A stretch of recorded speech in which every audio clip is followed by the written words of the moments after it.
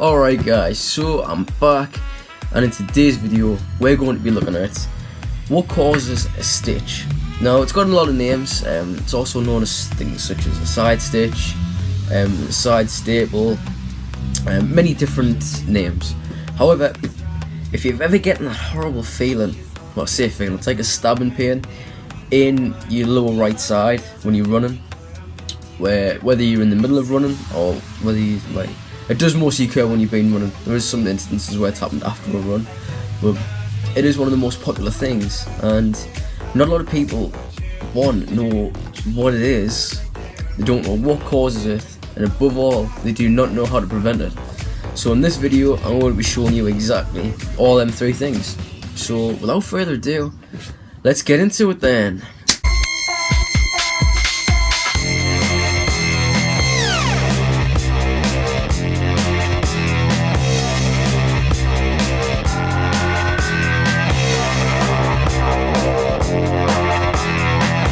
Alright, so a side stitch, also known as a side ache, a side cramp, side crampy even, a side sticker, or just simply as the good old stitch, which I know it as, is an intense stabbing pain under the lower edge of your ribcage that occurs, well, it's unexpected sometimes, but it occurs when you're exercising, predominantly running, or like a long-based exercise. It's also referred to as an exercise-related, what's it called, a transient abdominal pain, which is basically what that stitch is known as. So far, I can't even talk today. I don't know what it is. It happens a few times, but hey. So there's no definitive cause of a side stitch. Popular theories do go, however, that the participation level of your condition. So basically, if you're doing something that's too strenuous, things such as eating too soon, even improper breathing techniques. Which breathing techniques? I didn't know there was a specific way to breathe other than, you know, in through your nose, out through your mouth.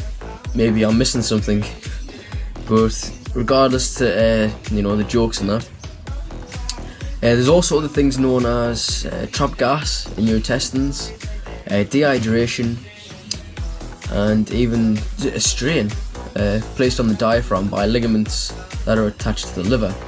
Regardless of what actually causes a side stitch, some people do think that the abdominal pain is caused by the internal organs. So that's things such as your liver, which is on your right side, which would make sense because obviously the pain's on the right side. So diving down a little bit deeper into it, it's believed that, this is a theory by the way, this is not the actual definitive cause. So they believe that there's a pulling downwards on the diaphragm, but obviously if your stomach and your liver is supposed to be pulling on your diaphragm, they believe that it's inconsistent and it can't literally be that, because when you go swimming, there's no downward force on your chest or anything, whereas obviously when you're running, you're going up and down like that, aren't you? Wait, not necessarily like that, but you get the sort of the gist. Whereas if you're swimming, you're not going up and down like that. You know, it's a non-weight bearing exercise, swimming. So therefore, you're not going to experience that with swimming, sorry. So therefore, it's inconsistent and it's not 100% accurate. It could be accurate in terms of for running, but in terms of putting that as the sole cause or the only cause, it just doesn't quite butter the bread, as many would say. So moving into another theory, they also believe that the pain's only present when you're exercising and is completely absent at rest. Well, like I said, there was a couple of cases where it has actually happened, but obviously I'm trying to make it a bit easier to understand. So obviously it doesn't matter whether you're healthy or not, and I'll be getting into that as well. So it doesn't necessarily regard your fitness level. It does and it doesn't, but I'll get into that.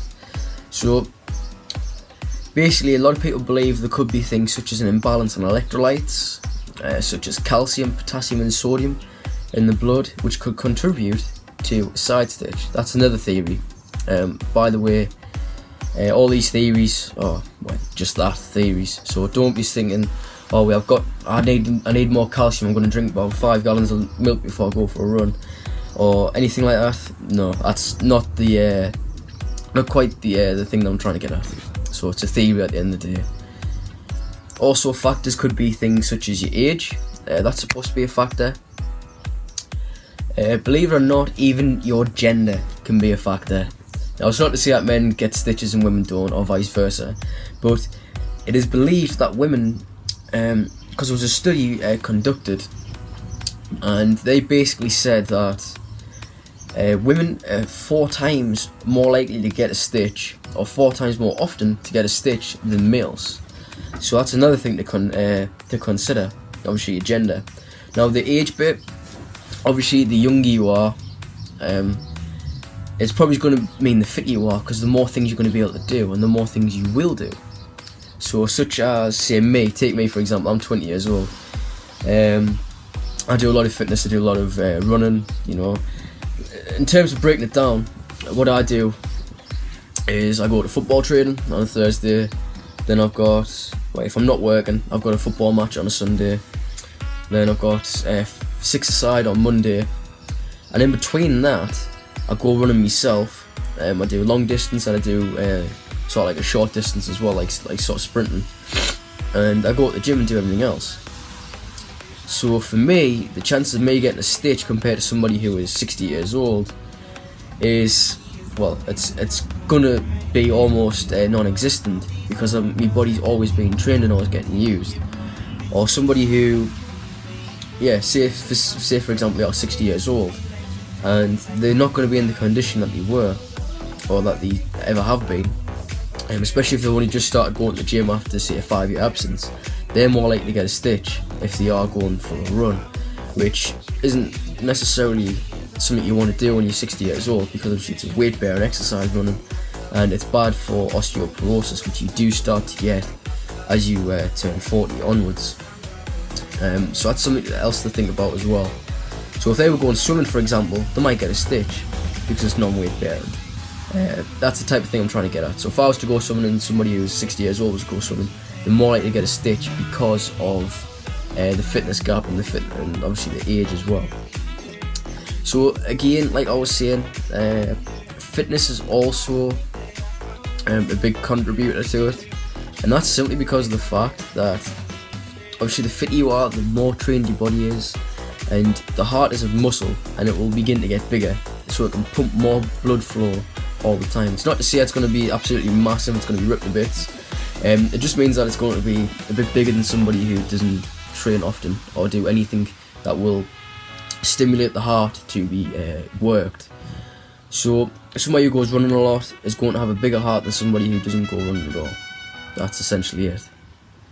And yeah, there's a few other things as well that can contribute to this. Also, bad posture.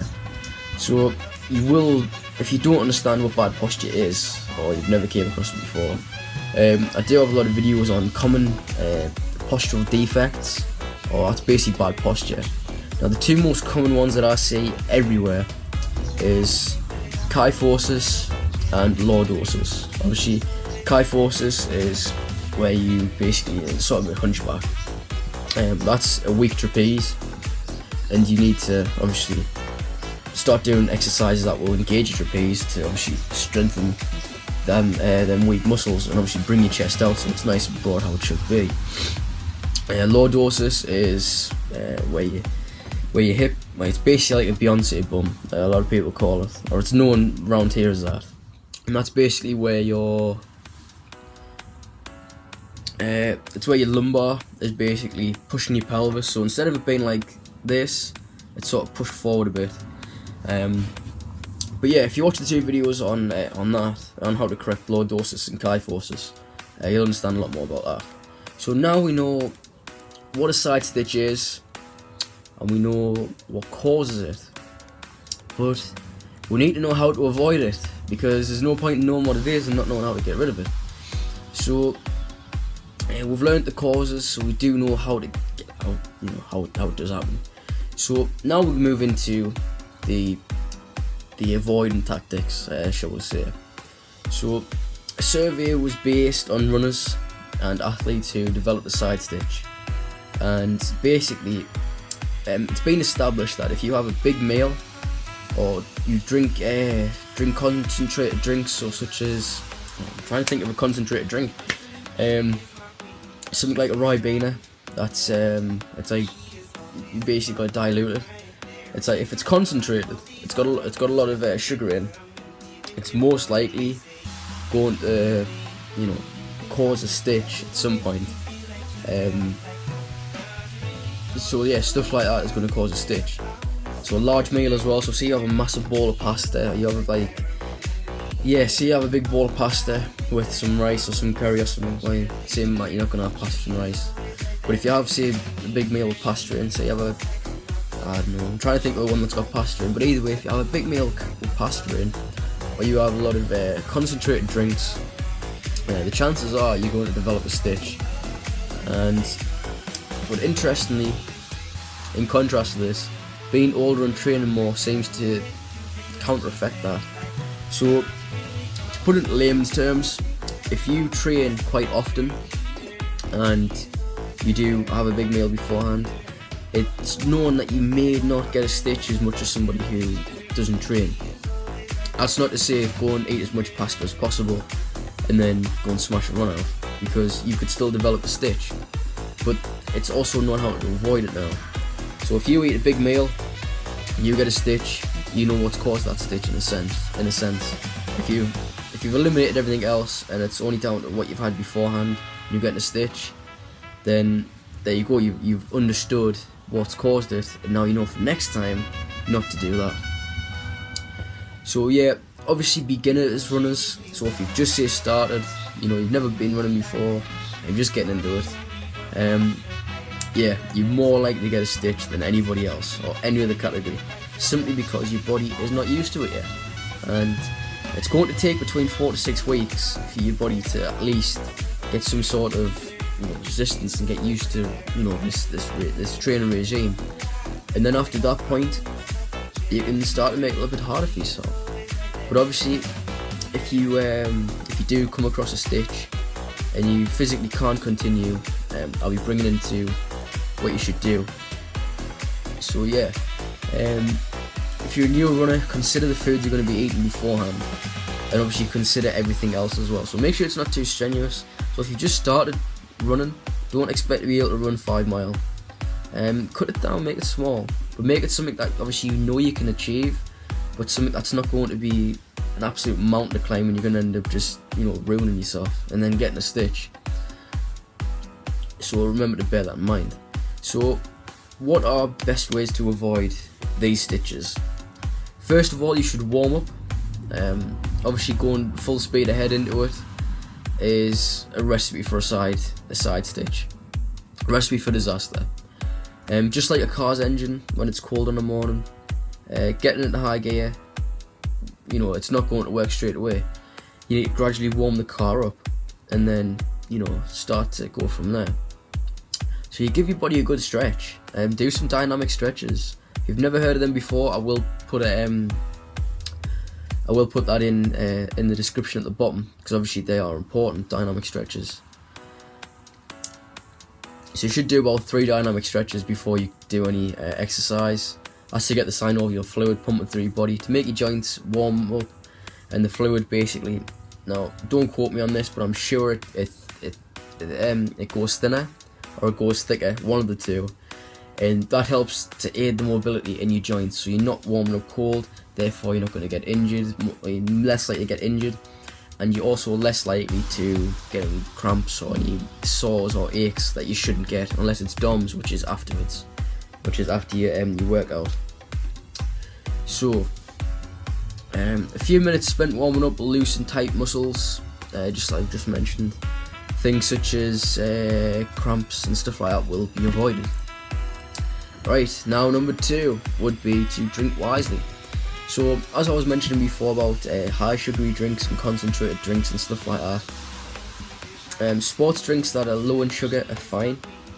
However, a sports drink that's low in sugar I don't really think I do know any. Then again, I don't really drink any sports drinks. I just drink good old water, coffee and hot chocolate. But carbonated drinks have shown to contribute to a side stitch. So that'll make sense for when I say my friends, it's 6-a-side, and you know, they're bashing the energy drinks. They've got things such as Mountain Dew, Pepsi, what's the other one, Monster Energy and Powerade. And they think these things beforehand are going to get them absolutely psyched for a game. Then they wonder why they want to come off halfway through because they're absolutely knackered. So that's one thing I can tell them. So if anything, I've learned something as much as you will. And another thing would be you should basically eliminate drinks like that beforehand. Ideally, you could drink a cup of coffee beforehand. I know if you don't like coffee, then you know, and obviously I've got a video on is caffeine good before a workout. That's another video to check out if you haven't already. But yeah, just make sure you have good old water or flavoured water if you don't like water. If you don't like either, then I wish I knew a solution for you. But as long as you stay away from the high sugary drinks and the ones that are really concentrated and all that stuff, you should be fine. And don't obviously drink a bucket full of liquids, so don't drink loads and loads of water beforehand, because you will just bloat yourself, and then you know that's going to make it even worse because you're more likely to get a stitch as well as that. Now that you know these, they're not going to totally get rid of a stitch or stop a stitch happening at all, because obviously all these factors can sort of counterproduct each other. So you need to be aware, and you need to obviously just think about it, and you should be fine. However, you know, like I've said, it's not going to completely stop it in a lot of instances. And if it doesn't completely stop a stitch, and say you've got half an hour of a game left to go, or it's just hit half time and you've got a stitch, these are little quick fixes that you can do to stop this, stop this stitch, hopefully, and you know, be able to continue the rest of the game or whatever sport you're continuing. So if the again, I can't speak. I don't know what it is. So if it continues to linger after shutting down your activity, so if you've ever stopped your activity and you still feel it, then a few simple stretches may help alleviate the discomfort. First, try bending forward at the waist to stretch your diaphragm. Right? You can also stand tall and raise your arms over your head and lean to your left, because that's obviously, if the pain's on the right, which is where your liver is, then if you're sort of stretching it a little bit, it's going to help to loosen it. Obviously, when you do that, you hold it for 15 seconds. But I'm not going to just say 15 seconds, I'm going to say between 15 to 30 seconds. But obviously, don't force it. It's like anything, just don't force it. If you feel it naturally, that's fine. If you don't, then maybe give it another set if you're a little bit unsure and you don't quite think it's done it. And then obviously you can stretch the opposite side as well after 15 to 30 seconds. And then gently massaging the area that's affected can provide some relief as well. But that is everything in today's video. So that's obviously what is a side stitch, what causes it, and how to avoid it. Now obviously I know the theories on it aren't exactly sort of bread and butter. They're not 100%. As again, it's hard to understand and sort of go through what actually causes it, because there could be so many different causes. But I will be making a video on if it does ever get updated, if it does ever change, and they do find out a good cause for it, or what is the definitive cause, then I will be making an updated video about that. But other than that, that's everything from me. And not only do I hope that you can, you can now go, phew. Now I know that's not just me, and you can get on with your day, you can get on with your run as well, especially, and you know now what a side stitch is to some degree. You know what causes it, and you now know some methods to get rid of it and avoid it and be happy and also be fit and healthy. So without further ado, I'll see you guys next time, and then if you liked it, excellent. If you didn't like it, well, that's also excellent. because now you understand and you can tell your friends if you didn't like it. But with all out the way, see you guys later.